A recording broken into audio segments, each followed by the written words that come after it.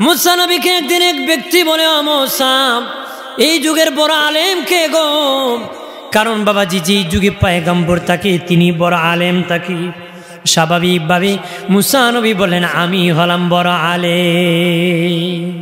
স্বাভাবিক বলে দিছেন, আর স্বাভাবিকভাবে মুসা নবী হলেন বড় আলেম। মারহাবা বলি। কিন্তু মুখে বলার কারণে আমার আল্লাহর কাছে পছন্দ হয় না। মুসা তুমি নিজে নিজে কেমনে বললা? রে মুসা, তোমার চেয়ে বড় আলেম এই যুগে আরেকজন আছি। আল্লাহু আকবার কর। মুসা নবী বলল, আল্লাহ বড় আলেমের সাক্ষাৎ চাই, আমি মুসা তার দেখা চাই। আল্লাহ বলেন, মুসা রে মুসা, তুমি একটা মাছকে বাজি করো রে, অমুক এলাকা দিয়ে যাবা, যেখানে মাছটা জিন্দা হইয়া সমুদ্রে নেমে যাবে, সেখানে আমার ওই জ্ঞানী লোকের সাথে দেখা হয়ে যাবে। মুসা নবী মাছটা বাজি করিয়া রওনা করেছেন, যাবেন।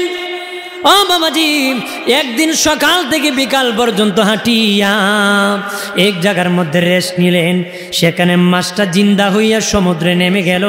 মুসা নবী পরের দিন ঘুম থেকে উঠিয়া আরো একদিন বিকালে হাঁটিয়া কয়, ও আমার খলিফা, ওনার সাথীকে বললেন, মাছটা কোথায় আছে? উনি গত সন্ধ্যাতে যেখানে আমরা বসেছিলাম সেখানে জিন্দা হইয়া সমুদ্রে মাছটা নেমে গেছি। মুসা নবী আমার আগে করল না কেন? আগে বলল না। উনি একদিনের রাস্তা আবার ব্যাক করে আসিয়া যেখানে মাছটা জিন্দা হয়ে সমুদ্রে নামছে, দেখে এখান থেকে পানি দিয়ে একটা রাস্তা হয়ে গেছে। মুসা নবী ওই রাস্তা দিয়ে যেতে যেতে মাছের সাক্ষাৎ পেয়েছে।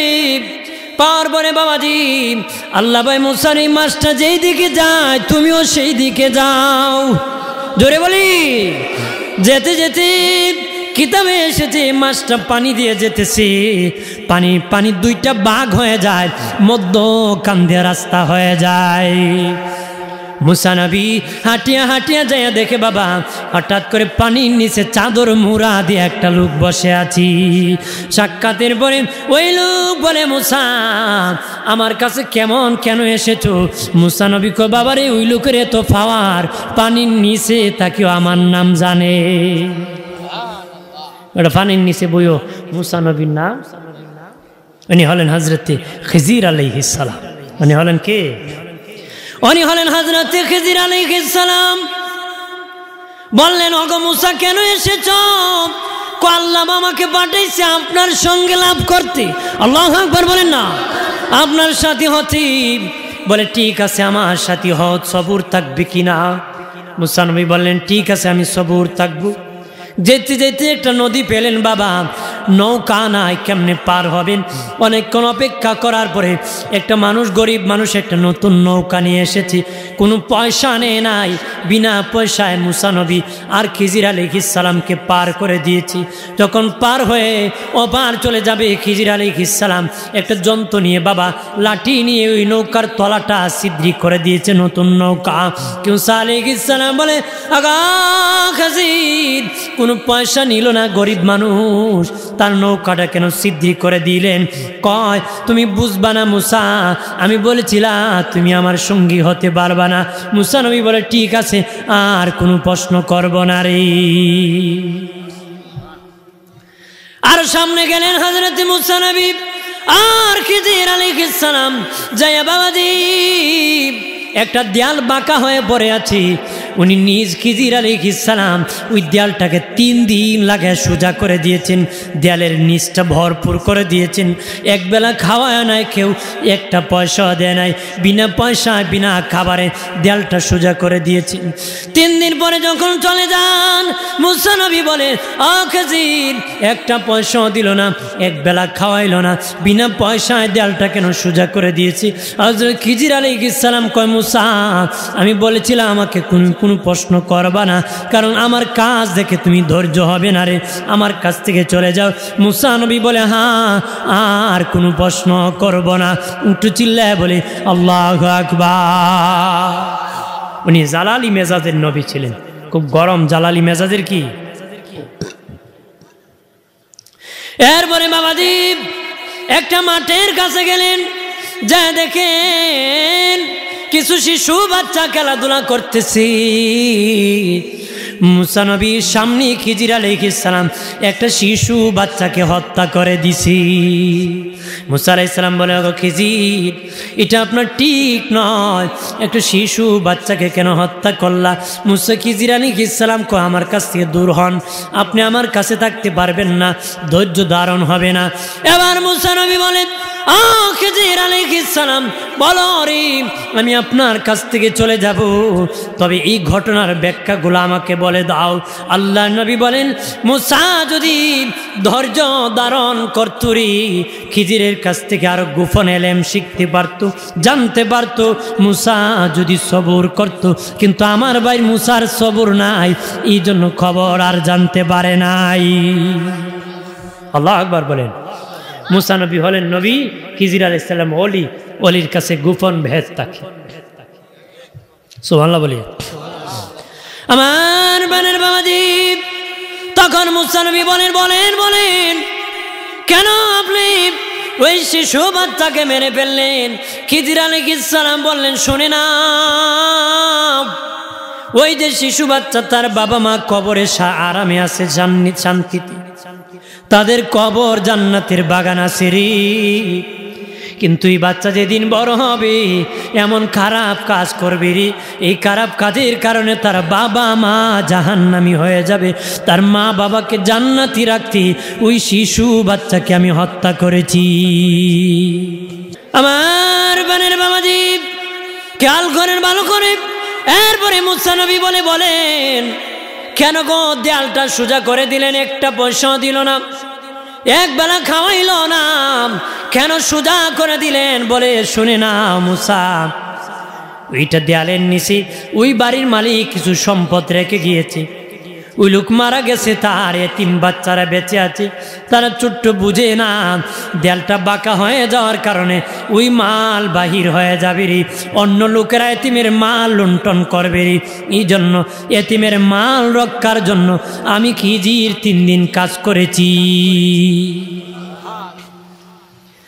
এর মানে মুসা নবী বলেন, বলো বলো, নৌকা কেন ছিদ্র করেছ?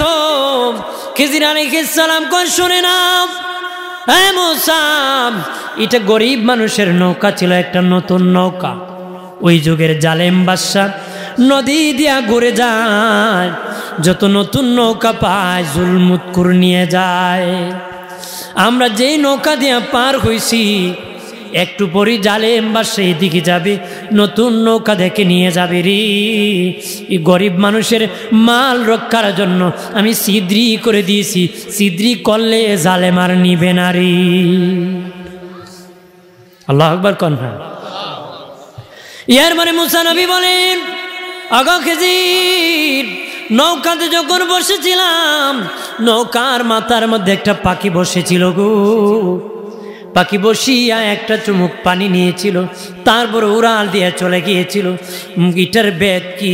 খিজির আলাইহিস সালাম বলেন, এই সমুদ্রবর্তী পানি, এই যত সমুদ্রবর্তী পানি আছে, আল্লাহ নিজের জন্য এই পরিমাণ এলেম রেখে দিয়েছি।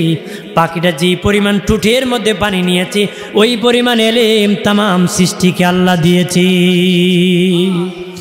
ও বাবাজি, মুসা নবী বলে, আল্লাহ ও মালিক, আমেলের খুনির পরিচয় দিয়ে দেন, দিলে হয়তো ভালো হবে। আল্লাহ বলেন, মুসারি, তারা ভালো হবে না, তারা ভালো হবে না, তবে তাদেরকে আবার ডাকিয়া জিজ্ঞাসা করো, তারা কি সত্যই খুনির পরিচয় চায়? তখন মুসা নবী ডাকিয়া বললেন, সত্যই কি তোমরা খুনির পরিচয় চাও? তারা কয়, হ্যাঁ মুসা, সত্যই আমরা খুনির পরিচয় চাই। মুসা নবী বলেন, আল্লাহ ও মালিক, তারা সত্যই খুনির পরিচয় চায়। আল্লাহ বলেন, তাহলে তাদেরকে বলো রে, একটা গরু যেন জবাই করে, গরু জবাই করলে আমি আল্লাহ খুনির পরিচয় বাহির করে দিব। ওই গরু, এটা গরু যেন জবাই করে, জবাই করলে আমি খুনির পরিচয় বাহির করব। তারা ডেকে বলে, মুসা রে মুসা, এমনি একটা খুন হয়েছে, তুমি কি চাওয়ার একটা খুন হোক? এমনি আমেল খুন হয়েছি, আবার কি একটা গরু জবাই করে খুন করব নাকি?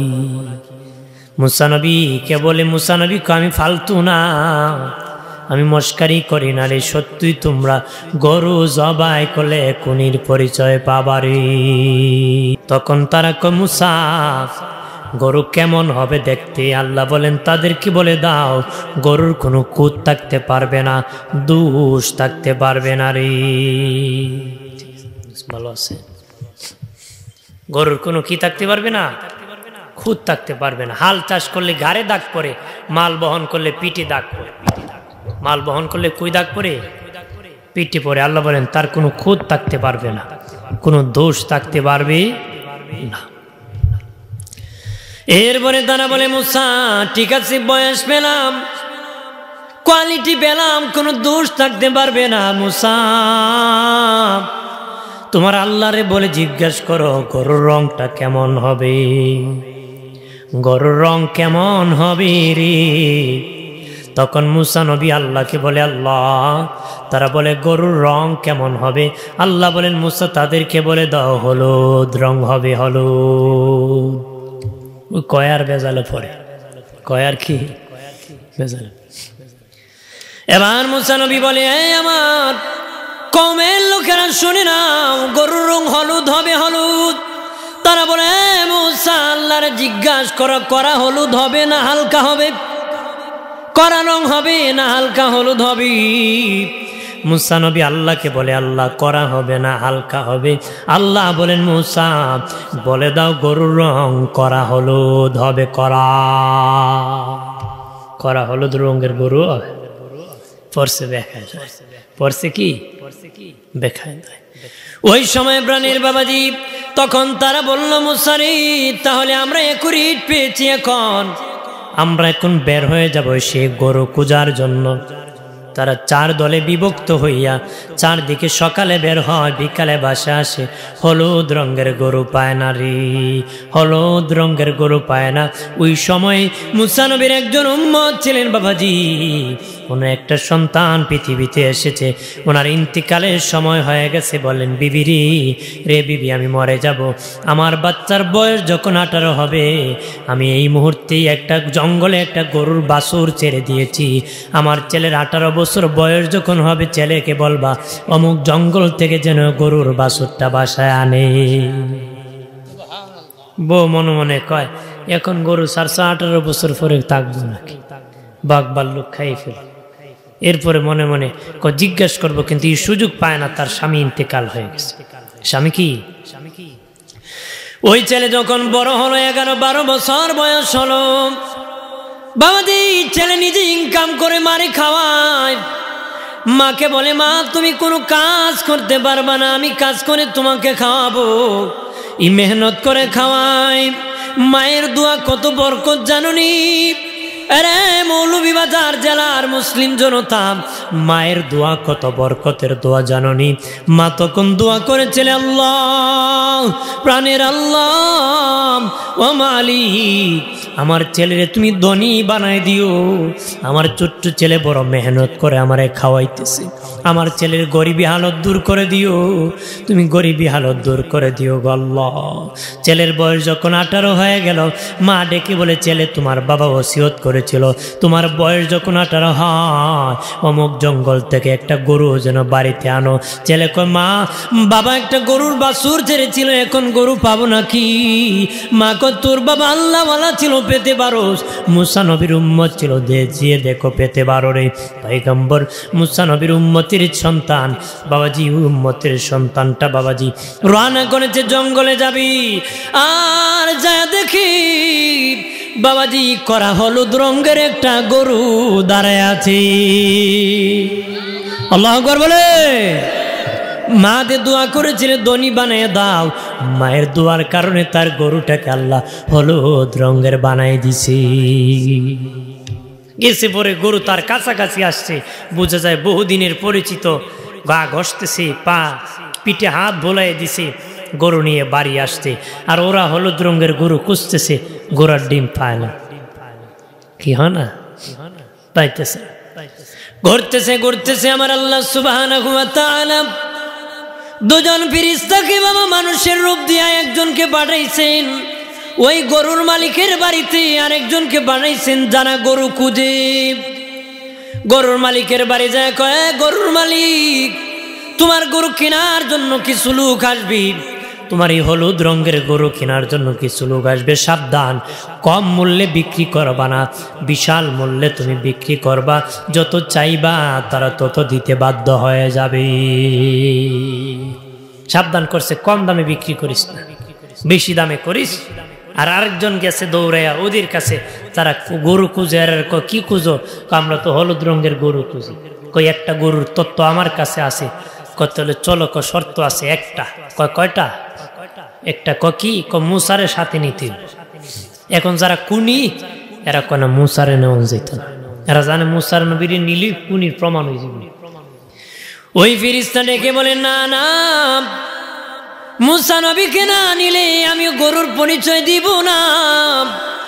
তখন তারা বলে, ঠিক আছে মুসাকে নাও। আর ওই দিকে লোক বলে, বিশাল দামি বিক্রি করো, দৌড় মারছে। ওই গরুর মালিক, আঙ্কেল দাঁড়াও, আঙ্কেলের আর খবর নাই। আপনি কোন এটা কি আঙ্কেল না ফেরেশতা? কথা হয় না, ফেরেশতা তো খবর দিয়ে দৌড়ছে। আর এইদিকে ওইদিকে ফেরেশতা কয়, আমি তত্ত্ব দিব মুসা নবীরে নীতি। মুসা নবীকে লইয়া গরুর মালিকের বাড়িতে যাইয়া বলে, দেখো এই গরু নিয়ে তোমাদের দরকার। তারা কয়, মুসা তোমার আল্লাহ যেইভাবে গরুর হুবহু বর্ণনা দিছে ওইটি তো সেই গরুরে মুসা, এটি আমাদের দরকার। এবার গরুর মালিককে ডেকে বলে, ও মালিক তোমার গরুর দাম কত রে? গরুর মালিক, আমার গরু আগে জবাই হবে, তারপরে মূল্য দিতে হবে। কইটা আবার কেমনে? আগে মানুষ গরু কিনে তারপরে জবাই করে, তুমি বলো গরু জবাই করে নাকি মূল্য দিতে হবে? হ্যাঁ, আমার গরু জবাই করে চামড়া ছিলাবা, চামড়া ছিলাইয়া দুপাশে ধরবা, চারজনে চামড়াটাকে টানায়া ধরবা, মধ্যখানে যে গর্ত হবে হীরামণি মুক্তা দিয়া ভরপুর করে দিতে হবে। গরু ছিলানোর পরে চামড়া চারজনে ধরবা, চারদিকে ধরে যে গর্ত হবে এই গর্ত হীরা মণিমুক্তা দিয়ে ভরপুর করতে হবে। যারা কুনি আমেলের চাচাতো ভাই কোন দিয়ে হইছে, ওরা কয় এত দাম নাকি গরু, দরকার নেই গরু কিনা। ওরা কত হইলো ফলাইতো, ওরা কত হইলো কি পলাপে। আর যারা তহমত খেয়েছে এরা কয়, দাঁড়া এটি কিনবো, মূল্য না, এটি কি? গরু জবাই করা হলো, চামড়া চিলানো হলো, চামড়া চিলাইয়া চারজনে চারদিকে ধরেছে বাবাজি, মধ্য গর্তগুলা হীরা মণিমুক্তা দিয়ে ভরপুর করে দিয়েছে। সাথে সাথে ওই লোক মায়ের দোয়ায় ধনী হয়ে গেছে। মা দোয়া করছিল ধনী হইতে, আল্লাহ কবুল করেছে। মুস্তাজাবুদ দাওয়াত, 3 ব্যক্তির দোয়া কবুল হয়, মুসাফির ব্যক্তি, অত্যাচারিত ব্যক্তি, আর হলো পিতামাতা। পিতামাতার দোয়া করতে দেরি, কবুল হতে দেরি হয়, কবুল হতে দেরি হয়। মা বাবা দোয়া করতে দেরি, কবুল হতে দেরি নয়। আসমানের মালিক কবুল করেছে। যে যত বড় ধনী হয়েছি, যত বড় শিক্ষিত হয়েছি, যত বড় মিস্টার মাস্টার বক্তা বুম্বাস্টিক যাই হয়েছি বাবাজি, সব কিছু মায়ের দোয়ার কারণে, মা বাবার দোয়ার কারণে আমার আল্লাহ কবুল করেছে। পিছনে মা বাবার দোয়া আছে, এতে কোনো পথ। আমার বানের বাবাজি তখন গরু জবাই করিয়া হীরামণি মুক্তা দিয়া ভরপুর করে দেওয়া হলো। তারা বলে, ও মুসা তুমি না কুনি বাহির করবা? মুসা নবী কয়, হ্যাঁ কুনি বাহির করব। গরুর রান থেকে একটা গোস্তের টুকরা বাহির করো। গরুর রান থেকে একটা গোস্তের টুকরা বাহির করা হলো রে। করার পরে মুসা নবী কয়, চলো আমেলের লাশের পাশে যাব। লাশের পাশে যাওয়া হলো। আমেল শাহিত আছে, তার চাচত্ব ভাই কুনির পাশে দাঁড়িয়ে আছে। গোস্তের টুকরা দিয়ে আমেলের দেহের মধ্যে ঘষা দেওয়া হলো, আমেল জিন্দা হয়ে জমিনে বসে গেল। প্রাণের আল্লাহরি কোথায় গেলি পাব তোমারে, প্রাণের মাওলারি জমান খুলে লে পাব। বন্দী হইলাম শয়তানের জালে, দিন কাটাইলাম হেলে দোলে। বন্দী হইলাম শয়তানের জালে, দিন কাটাইলাম হেলে দোলে। আমার জীবন মরণ দিলাম তোমারে, আমার জীবন মরণ দিলাম তোমারে, প্রাণের আল্লাহরে কোথায় গেলে পাব তোমারে, প্রাণের মাওলা রে কেমনে ডাকলে পাব তোমারে। আমার বানের বাবাজি যখন গরুর গোশত দিয়া বাবা দেহে লাগানো হলো, আমেল জিন্দা হয়ে বসে গেল। আল্লাহু আকবার বলেন না। জিন্দা হইয়া জবান খুলে গেছে, বলতেছে ও আমারে খুন করছে, ও আমারে খুন করছে, ও আমারে খুন করছে। সাথে সাথে আমেলের খুনের নাম নিজে প্রকাশ করে দিছে। আল্লাহর বান্দা জমিনের সাথে সাথে আবার ঘুমায় পড়েছে। কুমির প্রমাণ হয়ে গেছে, জমিনে শুয়ে গেছে। বলতে পারেন হুজুর তাহলে এত ঘোরানো কেন লাগলো? আমেলের খুনি বাহির করতে এত ঘোরানো কেন লাগলো? গরু কেন জবাই করা লাগলো? আরেকটা প্রাণী জীবন কেন দেওয়া লাগলো? বাবাজি ইচ্ছা করলে আরো অন্য সিস্টেমে খুনি প্রমাণ করতে পারতেন, কিন্তু একটা জীবন কেন দিতে হলো? জানিয়া রাখবেন নদীর এক পার ভাঙলে আরেক পার গড়ে, এক পার জীবন পালে আরেক পার মরে। কথা হয় না? জীবনে যদি কোনো সফলতা আসতে হয়, কোন না কোনো দিকে লস দিতে হয়। বাবাজি একটা জীবন রক্ষা পেতে গেলে আর একটা জীবন দিতে হয়। এই জন্য মানুষ বাবাজি বিপদে পড়লে আল্লাহ রাস্তায় পানি জবাই করে দেয়,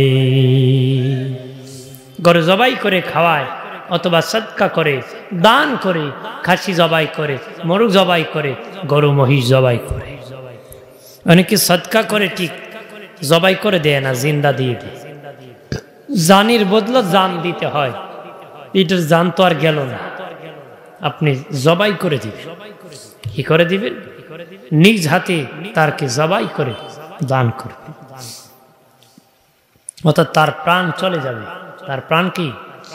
জানের বদলা। এটা তো জান দিলে যদি জবাই না হলো তো জান জান করলি, জবাই করলি, প্রাণী জবাই করে খাওয়ান, আল্লাহ বিপদ থেকে বাঁচাবে। আগের খাওয়া তো বেশি, এখন কম। ফতোয়ার অভাব নাই, মুফতির সে ফতোয়ার সে মুফতি বেশি। হ্যাঁ, ফতোয়ার সে কি? মুসল্লির সে ইমাম বেশি। বেটা পারে না উজু করতে ভালো করে, মোল্লা বেটার দোষ ধর আছে না? কামরার মোল্লার পিছে নামাজ হয় না। কবেটা তুই মসজিদে যাস না, নামাজ বুঝলে কেমনে? বাজারে দিয়ে মোল্লা আডে দেখছি, আডার বাউ বালা না, আডার বাউ দিকে বুঝলিছে মোল্লার পিছে নামাজ। কত বড় ফন্ডি! আপনার কোন আলেম সারা সমাজ চলবে? আলেম সারা ইমামতি চলবে? এক বেটা দিছিল আলেম সারা, এক বেটা ইমামতি, শেষে 2 সেজদা বেশি মারছে। কই ভাই কোন নামাজও তো বেজার লাগলো না, সেজদারি 2টা মারলাই বেশি। কই বাতাস গেছিল, খেতে গেছিল। আলেম সারা ইমামতি দিলে বাতাস ছেড়ে নামাজ পড়ে, নামাজের খাম শেষ করবো। হাসরের দিন দেখবে গোড়ার ডিম নামাজ আমল নামাজ। কোন নেকি গোড়ার ডিম খাইছেন? কথা হয় না, খাইছেন নি? এক বেটা বাজারে গেছিল, কি ডিম আছে? হাঁসের ডিম, মুরগির ডিম, গোড়ার ডিম। জীবনে ঘোড়ার ডিম খাইছি না, আজকে না খাওয়া যাইতাম না। ওটা বৈশারিছে, হাঁসের ডিম শেষ, মুরগির ডিম শেষ, কাঁচা আড়ে জাগা বাড়ি। ভাই আমার গোড়ার ডিম কই? গোড়ার ডিম যাওগা বাড়ি, যাওগা কিতা